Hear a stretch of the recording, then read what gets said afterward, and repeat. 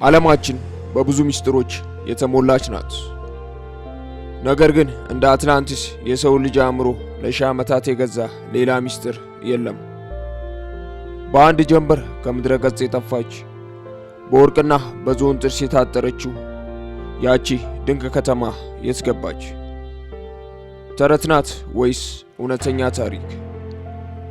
ዛሬ በቤኪቲዩብ ከፕላቶ መጻሕፍት እስከ ሳተላይት ምስሎች ድረስ ያለውን መረጃ በመፈተሽ ይህንን ዓለም አቀፍ እንቆቅልሽ እንፈታለን። እስከ ቪዲዮ መጨረሻ አብራችሁን ቆዩ።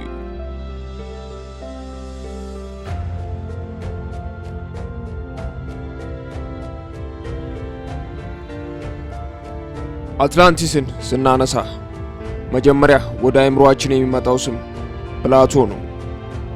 ፕላቶ በሰው ልጅ ታሪክ ውስጥ ትልቅ ተጽዕኖ ካላቸው የግሪክ ፈላስፎች አንዱ ነው። የሶቅራጠስ ተማሪና የአሪስጣጢሊስ መምህር የሆነው ይህ ሰው እንደ ዝም ብሎ ተረት ተራኪ አይታይም። ታዲያ ይህ ታላቅ አእምሮ ያለው ሰው አትላንቲስ እውነተኛ ታሪክ ናት ብሎ ሲናገር ዓለም ለምን ጥርጣሬ ውስጥ ወደቀች? ፕላቶ ታሪኩን ከየት አመጣው? እንደ ፕላቶ አባባል ታሪኩን ያገኘው ከቅድመ አያቱ ከሶሎን ነው። ሶሎን በ6ኛው ክፍለ ዘመን ወደ ግብጽ ተጉዞ ነበር። በዚያም በሳይስ ከተማ ከሚገኙ የግብጽ ካህናት ጋር ተገናኘ። ካህኑ ለሶሎን እንዲህ አለው፣ እናንተ ግሪኮች ሁሌም ሕፃናት ናችሁ። ስለ ጥንቱ ዘመን የምታውቁት አንዳች ነገር የለም። ከእናንተ መፈጠር 9000 ዓመታት በፊት ታላቅ ኃይል የነበራት አትላንቲስ የምትባል ደሴት ነበረች። ፕላቶ ይህንን መረጃ ቲሞቴዎስ እና ክሪቲያስ በሚባሉ ሁለት ታዋቂ መጻሕፍት ውስጥ አስፍሮታል። በእነዚህ መጻሕፍት ውስጥ አትላንቲስ እንዲህ ሲል ይገልጻታል። ከሄርኩለስ ምሰሶች ከዛሬው ጂብራልታር ወሽመጥ ባሻገር በአትላንቲክ ውቅያኖስ ውስጥ ትገኝ ነበር። ከተማዋ በክብ ቅርጽ የተሰሩ ተከታታይ የውሃና የብስ መንገዶች ነበሯት። በመሃሉ ላይ ደግሞ የባህር አምላክ የፖሶዶን ቤተ መቅደስ ይገኝ ነበር። ቤተ መቅደሱ በወርቅ በብርና በዝሆን ጥርስ የተለበጠ ነበር። ከተማዋ ኦሪያልከም የተባለ እንደ እሳት የሚቀላ ብርቅዬ ማዕድን ይገኝባት ነበር። አትላንቲስ ፍጹም ስልጣኔ ነበራት። ኃያል የባህር ኃይል፣ የተደራጀ መከላከያና የበለጸገ ግብርና። ነገር ግን ጊዜ እያለፈ ሲሄድ የአትላንቲስ ሰዎች በመንፈሳዊነታቸው ፋንታ ቁሳዊነታቸው በለጠ። ትዕቢትና ስግብግብነት ወረራቸው። አትላንቲስ ዓለምን ለመቆጣጠር በወሰነች ጊዜ በአትላንቲስ የሚመሩ ግሪኮች በጀግንነት ተከላከሏቸው። ታሪኩ እንዲህ ይላል።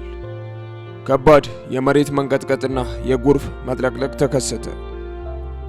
በአንድ አሰቃቂ ቀንና ሌሊት አትላንቲስ ወደ ጥልቁ ባህር ሰጠመች።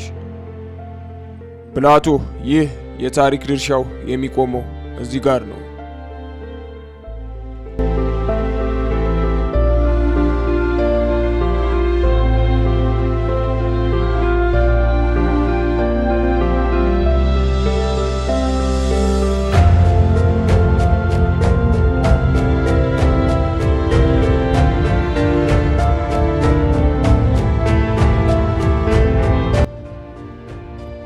ፕላቶ ስለ አትላንቲስ ሲገልጽ አንድ ለየት ያለ ነገር ይጠቅሳል።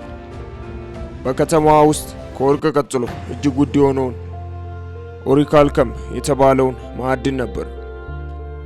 ይህ ማዕድን እንደ እሳት የሚቀላ ብርሃን ነበረው።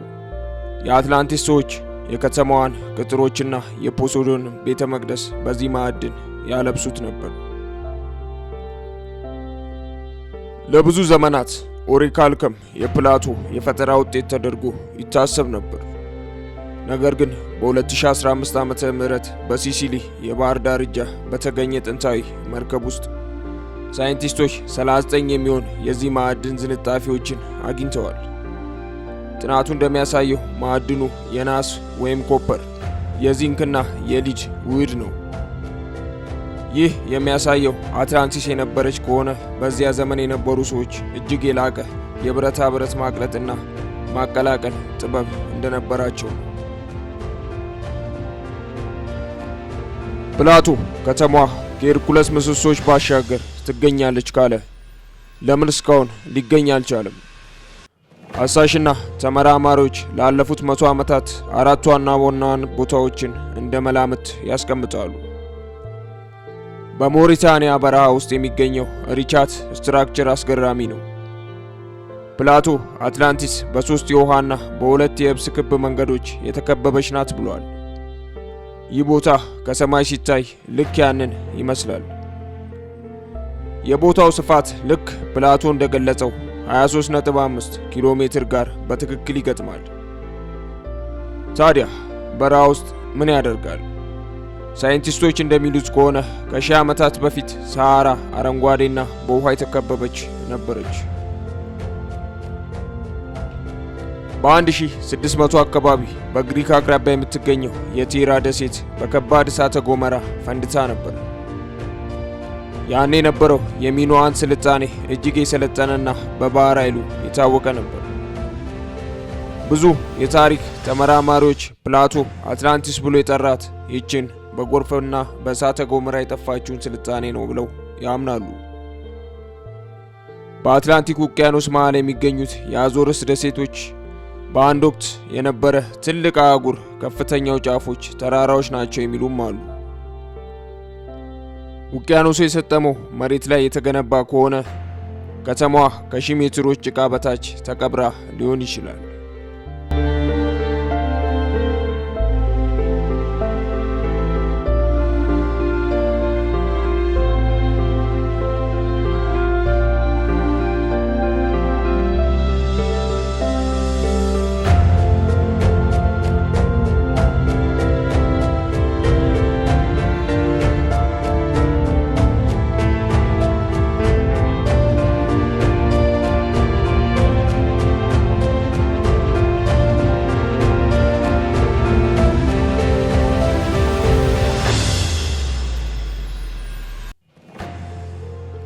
በሰሜን ባህር በእንግሊዝና በዴንማርክ መካከል በበረዶ ዘመን ማብቂያ ላይ የሰጠመ ሰፊ የብስ ክፍል ነበር። እዚህ ቦታ ላይ ጥንታዊ መሳሪያዎችና አጥንቶች በብዛት ይገኛሉ። ሳይንቲስቶች አትላንቲስን እንደ ታሪክ ሳይሆን እንደ ምሳሌያዊ ታሪክ ያዩታል። ፕላቶ ታሪኩን የተጠቀመው ስለ ፖለቲካና ስለ ስነ ምግባር ትምህርት ለመስጠት ነው ይላሉ። በታሪክ ውስጥ እንደ ትሮይ ያሉ ተረት ተብለው የቆዩ ከተሞች በኋላ ላይ በመሬት ቁፋሮ ተገኝተዋል። አትላንቲስ ለምን አይገኝም? አትላንቲስ በባህር ስር የተቀበረች ከተማ ብቻ ሳትሆን የሰው ልጅ ፍጽምናንና ውድቀትን የምታሳይ መስታወት ናት። ምናልባትም አንድ ቀን የቴክኖሎጂ እድገታችን ከውቅያኖሱ ጥልቀት ሚስጥሩን አውጥቶ ያሳየን ይሆናል። እስከዚያው ግን አትላንቲስ በምናባችን በታሪካችን ውስጥ ሕያው ሆና ትቆያለች። እናንተስ ቤተሰቦች አትላንቲስ በእውነት የነበረች ይመስላችኋል ወይስ የፕላቶ ፈጠራ? ሐሳባችሁን በኮሜንት አጋሩን።